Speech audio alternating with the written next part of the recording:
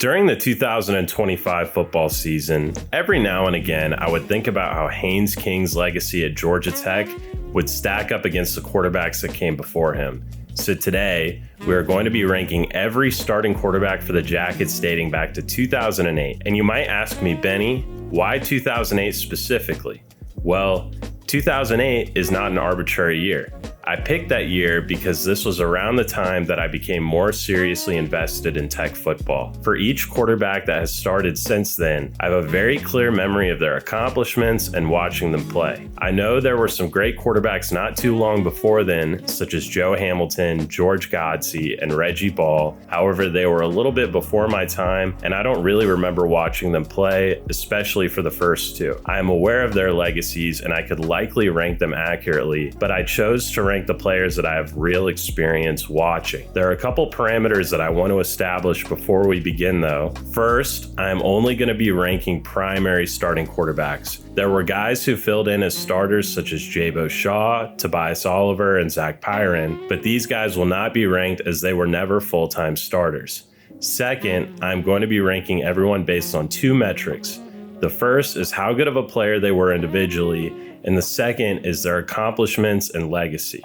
With all this in mind, and without further ado, let's begin. At number 8, we have James Graham, and there isn't really a lot to say about this guy. He was the primary starting quarterback during Jeff Collins' first season as head coach in 2019, and to say it was a bad year would be an understatement. The team went 3-9, and Graham was inconsistent at best.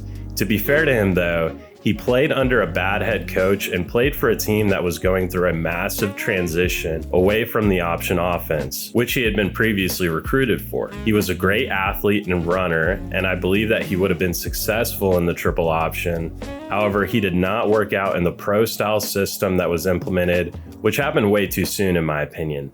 Had the offense that season been some kind of combination of the option and a more traditional offense, he may have had a better year. However, after his low season as the starter, he was benched in favor of true freshman Jeff Sims and then transferred in 2021 to Georgia Southern. I'm not sure what happened to him after that, but I hope he is doing well, and I thank him for serving as our quarterback for a season. Speaking of Jeff Sims, he will be coming in next, ranking at number 7 on the list. I feel kind of bad for him as he was our starter for 3 seasons during the worst era of Tech football that I can ever remember. He's someone that I feel like gets a little bit too much grief from the Tech fan base, as being immediately thrown to the wolves in that situation was a tall ask to say the least. I felt as though he was utilized the wrong way as well, as Collins and then offensive coordinator Dave Patino tried too hard to make him a drop back passer in my opinion, and did not use his running ability to his full potential. During Brent Key's interim year in 2022, the play calling was changed to include more of the quarterback run game, and he played up to his potential against Pittsburgh and Duke. However, during a game against Virginia, he went down with an injury and never played another snap at Tech. Now, I don't want to only make excuses for him,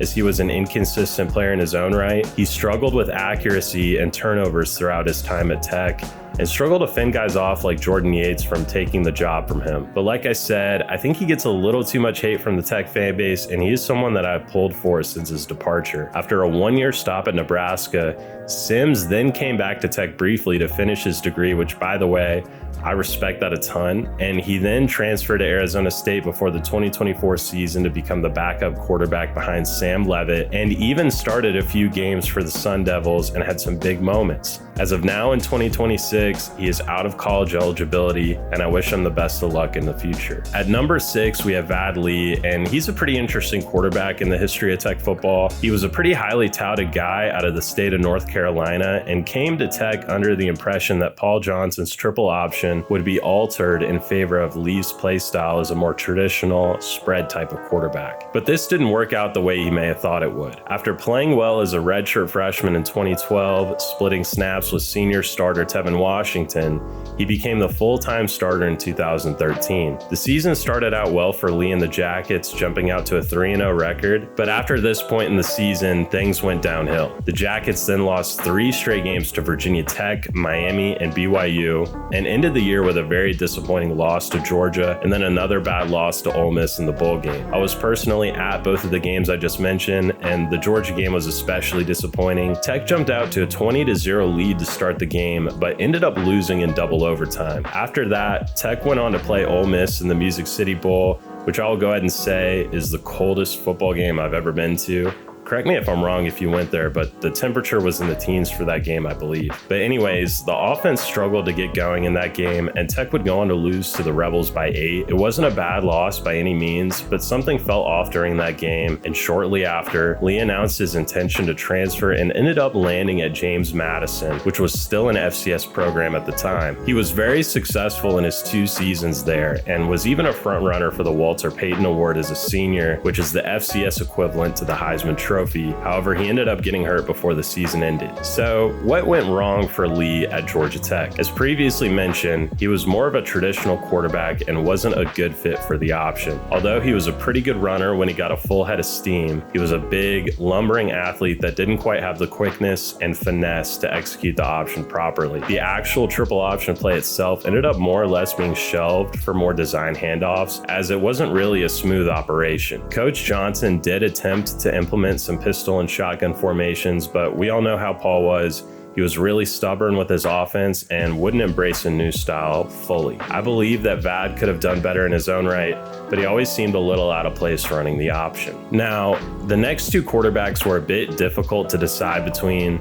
In my opinion, this is the point in the list where we are getting to the players that I would consider to be pretty good. I'm sure the ranking of the next 2 guys will cause a little bit of disagreement, so please let me know in the comments how you would rank these guys and if you have any disagreements. Anyways, at number 5, we have TaQuan Marshall. Originally starting his career off as an A-back, Marshall was tasked with following up Justin Thomas's tenure as starting quarterback. After beating out Matthew Jordan for the starting job, Marshall had his first start in 2017 against Tennessee, a game that I drove home from college to go see during my freshman year. Marshall was awesome, running 44 times for 249 yards and 5 touchdowns, which are all Georgia Tech records for a quarterback that are still standing today in 2026. Although a series of unfortunate events led to Tech blowing a lead and losing in overtime, Marshall was electric and continued to be so for the remainder of his 2 seasons as a starter. As an open field runner, he was as good, if not better, than anyone else on this list and had a knack for long touchdown runs. I remember going to a game against Wake Forest where he had not one,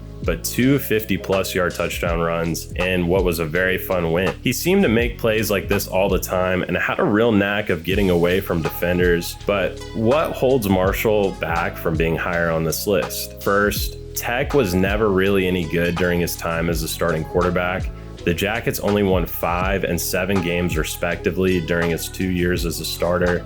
And outside of a nice win against a ranked Virginia Tech team as a junior, Tech never really had any big wins with him under center. Part of this was due to the teams he played for being pretty average, and another reason why I don't have him higher on this list is that Marshall was likely the weakest passer for Tech under Coach Johnson. During his career, he only completed 40% of his passes, and look, I know it was the option, and low completion rates are common in that offense, but still, that was an especially low number. In my opinion, the common thread between the good seasons under Paul Johnson were when the offenses had a respectable passing game, and that was never the case under Marshall. Still, he was a good player and a very fun one to watch at that. So that leaves number 4 being Tevin Washington. And Tevin, when you would take a look at him, was not exactly physically imposing, but what he lacked in physical traits, he made up for in craftiness and an understanding of the triple option that, in my opinion, was unrivaled by any other player on this list. He just had such a way of executing the offense properly and resembled a point guard when he was dishing the football around to the running backs. After taking over for an injured Josh Nesbitt towards the end of 2010,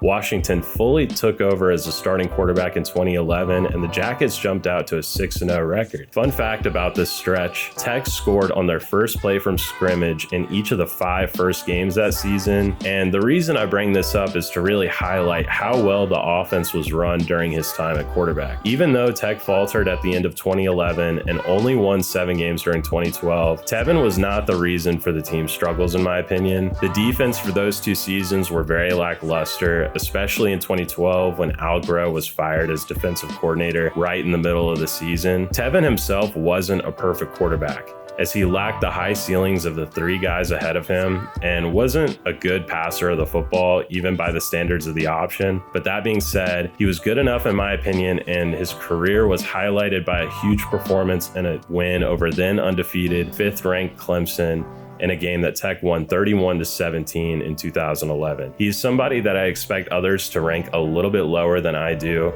but personally, I really liked him when he was the quarterback. Now, ladies and gentlemen, we're down to the top 3. You could make an argument for any of these guys to be number 1, and I would look at you and say, you're a smart guy. However, there is only room for one guy at each spot, so I did my absolute best to get this right. At number 3, we have Haynes King. And look, when I started making this list, I really wanted to rank King number 1, and truth be told, he is most likely the best and most talented individual player on this list. He played with a fighting spirit and a level of toughness that you rarely see out of a quarterback. He is an elite runner who ran with a ton of power, but also had a great degree of speed and elusiveness in the open field. As a passer, King was careful with the football and could push the ball downfield better than most people, especially his offensive coordinator gave him credit for. There have been so many great moments with King at Tech, and my personal favorite was the game-winning touchdown he ran in against Colorado. After a very tense rock fight of a game where King was constantly putting his body on the line, Tech had the ball with just over a minute left in the game, and King split the gap on the counter play to go 45 yards to the crib. I actually flew out to Boulder for this game, and I was going absolutely ballistic in the stands. Overall, that may have not been his best game or his biggest win at Tech, but that play in and of itself was absolutely electric and kind of cinematic, to be honest. During his career, King led Tech out of the college football gutter and did a better job at it than anyone else could have. He will assuredly go down as one of the best to ever do it on the flats, and is personally my favorite Tech player, or any college football player in general, of all time. So you might ask me, what holds him back from being higher on this list? And really, it's how the last 5 games of this season played out. Had the end of the season gone differently, I believe that he would firmly sit at number 1. But hardware matters. Specifically, I'm talking about a state championship or an ACC championship. In my opinion, you need to accomplish at least one of those things to be at the top of this list, and Tech failed to accomplish either of those things with him as the quarterback. It wasn't really his fault, and I don't intend to punish him in this ranking because of it. I am more so rewarding the 2 guys ahead of him for accomplishing those things. In fact, I actually want to take the time to thank Haynes King. Sometimes a player comes around in college football that isn't just a person, but an idea. And King is one of those guys, in my opinion, and he stood for something so much bigger than himself. He stood for redemption, toughness, and heart. He attacked every game with a level of intensity and focus that I've never seen out of anyone else to suit up for Georgia Tech, and he will be spoken about with great reverence for the rest of his life and beyond. It makes me absolutely sick that we never got quite where we wanted to be with him. And the guy was an absolute winner, and he deserves all the praise and credit that he has received. And we should only be so lucky that someone else as good as him takes the reins of the program in the future. Now we're down to the top 2, and ranking these guys was not easy. Outside of Calvin Johnson, they are the 2 best players of all time at Tech during my lifetime. Choosing between these 2 is like choosing between Biggie and Tupac, Jordan or LeBron, the Beatles or the Stones. The point is, both options are innately great, and the one that someone champions as the best says less about what they are choosing between and more about the person choosing themselves. You cannot go wrong with who you rank as number 1, but for the purposes of this video, I did my best to come up with an educated answer. So at the number 2 spot is Josh Nesbitt. Josh Nesbitt, when you take a look at him, was built less like a quarterback and more like an all-American linebacker that you would see at a blue chip school, and he played like one too. I cannot imagine lining up on defense across from him with the 10 advisors staring right at you, knowing that you would have to potentially try and tackle this guy on any given play. Keyword, try. He had just enough quickness and speed to be a threat in the open field, but was way more known for running with the power and intensity only compared to the best of power backs. Think prime Mike Allstott for the Buccaneers. As a passer, Nesbitt was limited as an option quarterback, but had an incredible deep ball and helped Bebe Thomas have over 1,100 yards receiving in the triple option offense. After leading Georgia Tech to a 9-win season and a victory over Georgia in 2008, Nesbitt really broke out in 2009, leading Tech to 11 wins and an ACC championship while earning a first-team all-conference selection. After a rocky start to the 2010 season, Nesbitt unfortunately broke his arm against Virginia Tech, which ultimately led to the end of his Tech career. And had that not happened, I believe he may have had the opportunity to be ranked number 1 on this list. He would have given Tech a better opportunity to beat Georgia at the end of the year, a game that already had gone down to the wire even without him. Another reason why I decided to rank him at 2nd instead of 1st was because he played with an absolutely stacked offense. As previously mentioned, he had Thomas out wide and also had another Tech great taking handoffs from him in Jonathan Dwyer. Regardless, he is an all-timer at Tech. And if you ask me on a different day, I may tell you that he's the best on this list. So with all that being said, at number 1, we have Justin Thomas. Watching Thomas run the offense was like watching poetry in motion. Even as a quarterback, he was always the fastest player on the field and was a threat to break one on any given play. To go along with his game-breaking speed, he had every move in the book at his disposal. But great running ability was not all that Thomas had. He also possessed a level of touch in the passing game that was unrivaled by his contemporaries in the option. It certainly helped that he had some very solid receivers to throw to, including Darren Waller, Ricky June, Brad Stewart, and also Clinton Lynch and Quay Searcy out of the backfield. But last and certainly not least, he also had DeAndre Smelter, who in my opinion is one of the most underrated Tech players I've ever watched. I mean, seriously, I rarely ever see him get talked about, but he was an elite player and an incredible story.